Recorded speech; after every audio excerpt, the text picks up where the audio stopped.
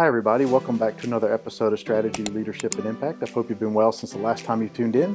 We've got a couple big announcements coming up. My book launch on October 16th of 2025, so filming this video at the end of September 2025.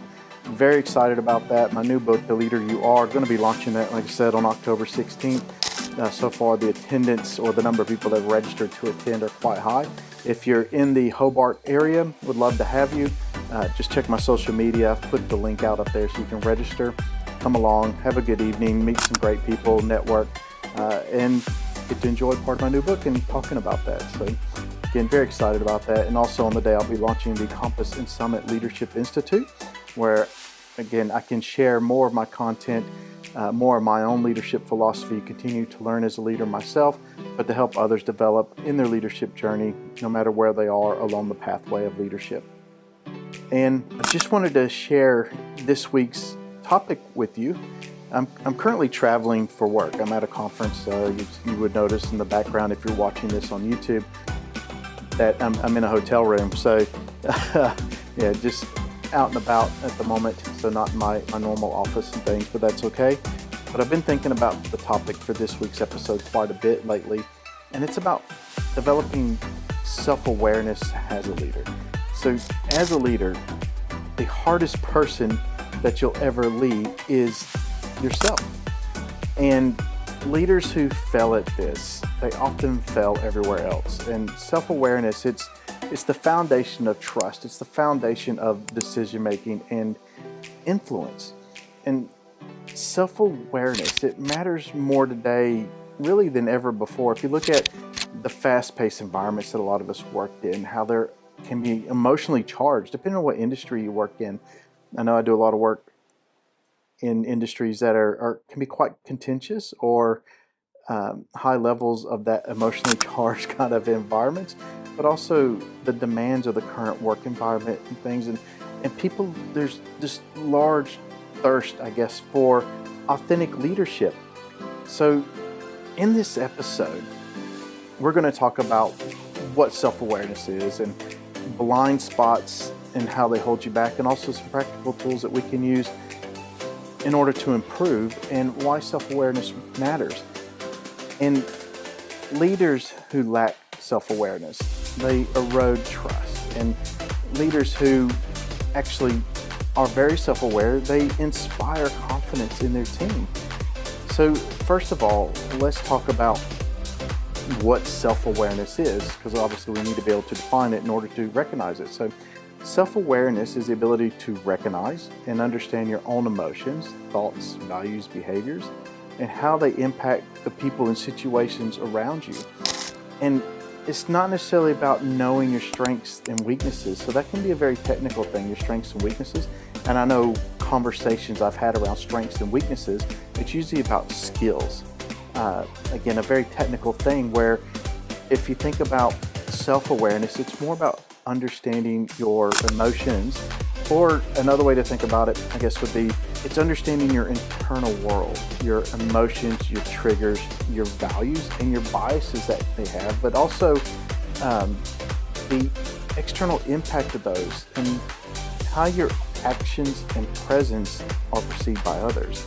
So sometimes there's a gap there, and we'll actually talk about that a little bit more. So why does self-awareness matter in leadership? And I'm going to give you several reasons why. Number one, it builds trust. Leaders who are aware how they come across create environments of honesty and respect, and without it, leaders may unintentionally undermine trust.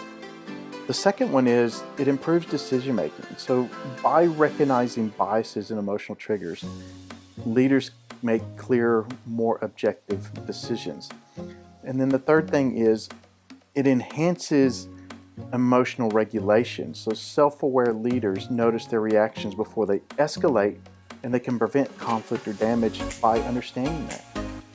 Number four is it strengthens relationships. Understanding how others experience you allows you to actually connect authentically and adapt to them, so they can actually make a better connection with you.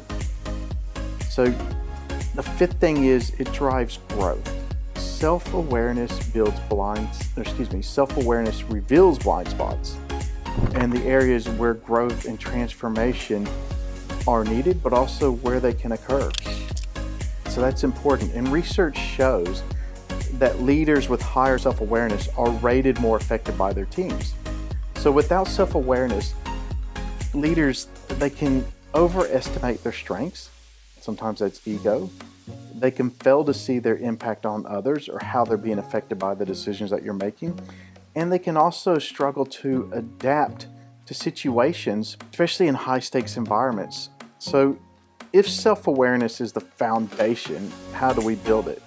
So I'm going to give you some tools that we can use. I believe it's 4 tools about how self-awareness is developed. It's not innate. Some people, just like any other skill, some people are better at it than others. Some people have worked harder to develop it, but it is something that you can develop, and it may take time and experience in order to develop that skill. So the first, tactic or advice I'm going to give you around developing self-awareness is journal. Write things down. I find sometimes, particularly when I'm really stressed or a lot of things are happening and I'm not quite sure what to do first, where to go first, I'll write it down. You can ask yourself things like, what went well? Where did I stumble? How did I make others feel? And by reflecting about how you make others feel, that goes a long way to develop that self-awareness, particularly if you can identify how what you have done or decisions you make have manifested internally or externally in others.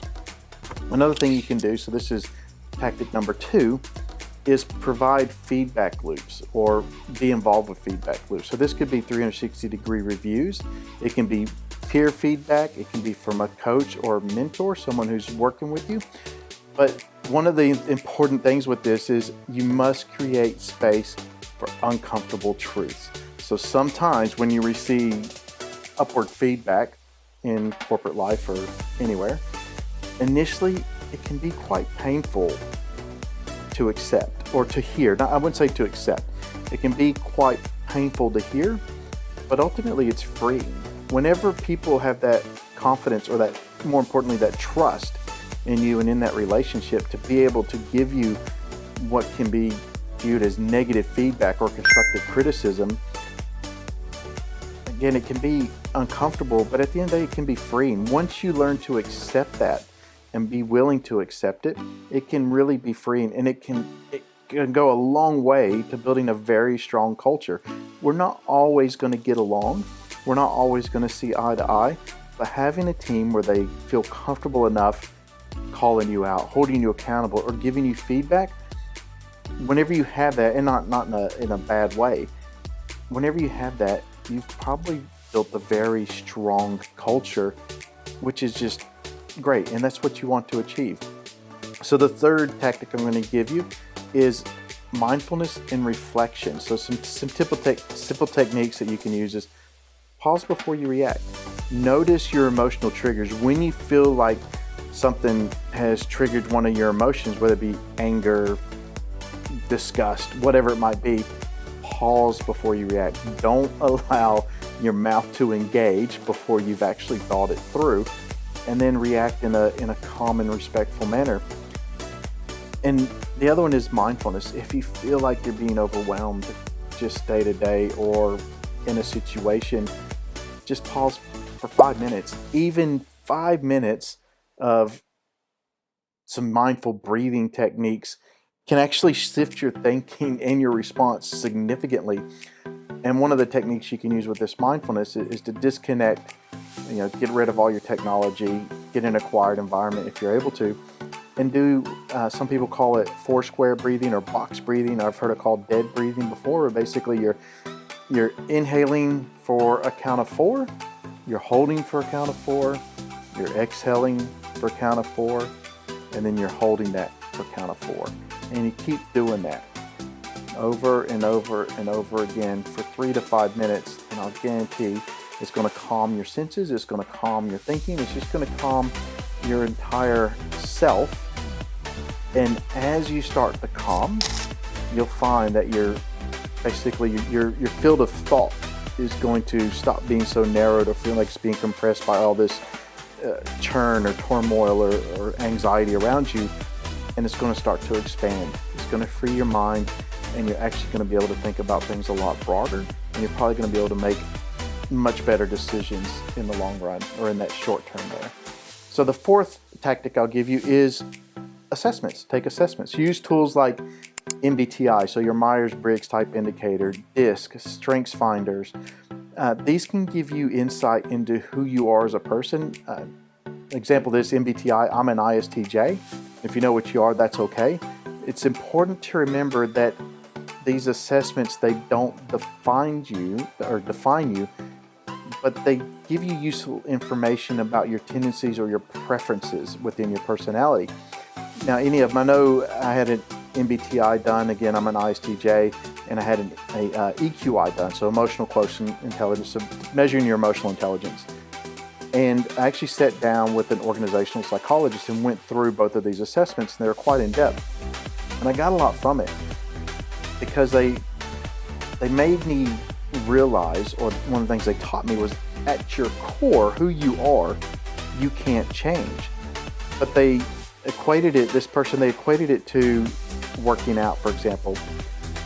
We can change our physical look by working out. We can lift muscles, we can get bigger muscles, we can go faster, start running, and actually thin down, whatever it might be. We can change how we look externally, but internally, our preferences never change. But just like working out, we can create mechanisms in order to overcome things that we see as either deficits or weaknesses, going back to strengths and weaknesses, or learn different ways to overcome our natural tendencies, which if we feel like we need to.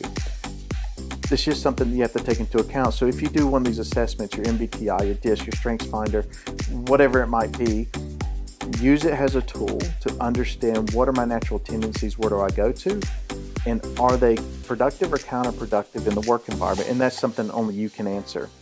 So, but self-awareness, it isn't just about knowing yourself and when things are calm. It's about understanding your blind spots and triggers, especially under pressure. So we're going to talk about blind spots and triggers first.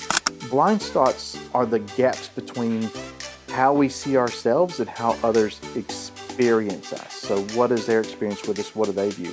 So common blind spots you might see is, one is overestimating our listening skills, understanding how tone or body language affects others. Like, for example, if I was sitting here like this the entire time, you feel like I'm probably closed off, even though I don't want it to come across that way. It's just a natural way I like to sit. Or I'm actually talking to people with my hands open, which actually conveys openness and trust and things like that. So our body language, underestimating how our tone or body language, the tone, how we use our voice and inflection, which we can use as a tool, in our body language, how it affects others. You know, if I want to actually have a very positive conversation, do I want to build rapport with someone and actually mirror whatever their actions are or how they're sitting? Or if I want to break that rapport with them and do something opposite to what they're doing, that's actually a huge psychological thing that sometimes we don't realize that we're doing. But if you understand it and look for it, you can use it to your advantage and actually build rapport with someone or break rapport with someone if you don't want that rapport. So, and then thinking that another, I guess, area that sometimes we overestimate or think about is thinking that decisiveness equals clarity, that being decisive is about being clear about where we're going and what we're doing, when sometimes it actually equals arrogance, or we overestimate our ability for decision making. And one of the tools I'll give you that you can look further into around identifying blind spots is something called the Johari window. So the Johari window, it actually has 4 quadrants on it. And one of these is the open window. And this is what I know and what other knows. It's what is out there in the open. So what do I know about myself and how I'm conducting myself or my tendencies or whatever that also other people know, that they can see. What is that? And then the next one is the hidden window. These are things that I know that other people don't know. And most often, this is where, not most often, all the time, this is where our insecurities lie. This is where we get the doubts that come in. This is where we get the imposter syndrome starts creeping in. We know it, we feel it, but other people, can they see it? A lot of times they don't, because we hide it, because we don't want people to know. And this is important to understand what is in this hidden window that people don't know. And then there's the blind window. What do others see that I don't see? This is thinking about how we perceive ourselves and how others perceive us and the difference between the two. Sometimes what others see but we don't can be incredibly uncomfortable for us to hear about, but we got to create an environment to where people are more than happy to talk to us about this. And then the fourth window that has is the unknown. This is what someone else doesn't know and what we don't know. So whatever sits in there, we don't know, they don't know. But leadership growth and self-awareness comes from shrinking that blind window.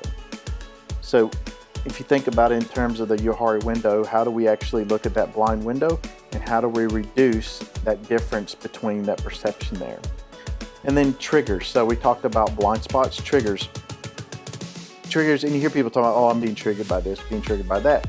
These are emotional flashpoints where leaders often lose control. This is where your anger comes in, your frustration, your impatience. So an example of this, which I've actually been guilty of, is a leader reacting defensively to tough questions. Sometimes we ask ourselves, why are they asking that? Why do they want to know this? Why are they focusing on this thing? And we start to get defensive. Why are they questioning my professionality? Are they questioning my technical abilities? Are they questioning me as a person, or do they just want to know the information? Whenever you react to questions defensively, you actually break trust, and it breaks trust instantly. Those people feel like, why is he getting angry, or why is he getting frustrated because I'm asking these questions? If you actually peel back the reason why they're asking, it's almost always that, well, you know what? They just want to know the answer because they don't know. That's usually why they're asking. They're not questioning you as an individual. They're just questioning whatever the information is, and there's an information gap there, and that's why they're questioning. So one of the things you can do in order to, reduce your triggers, or not necessarily reduce them, but understand your triggers more, is keep a trigger log. You can do it for a week, a month, 3 months, whatever. But each time you feel a strong emotional reaction to something, whatever it is, write what happened, how you felt, and how you responded. I'll guarantee over a time frame, or over a certain period of time, whatever it is you're going to use that log for, or keep that log for, patterns will start to appear. And that's important. Once we can identify patterns, we can identify mechanisms and things to get over those. So, like I said, once we uncover those blind spots and those triggers, we can begin to shape how we show up. And that's the real work of leadership. And it's important that we do that, because how we show up determines how we build our team and how we lead our team.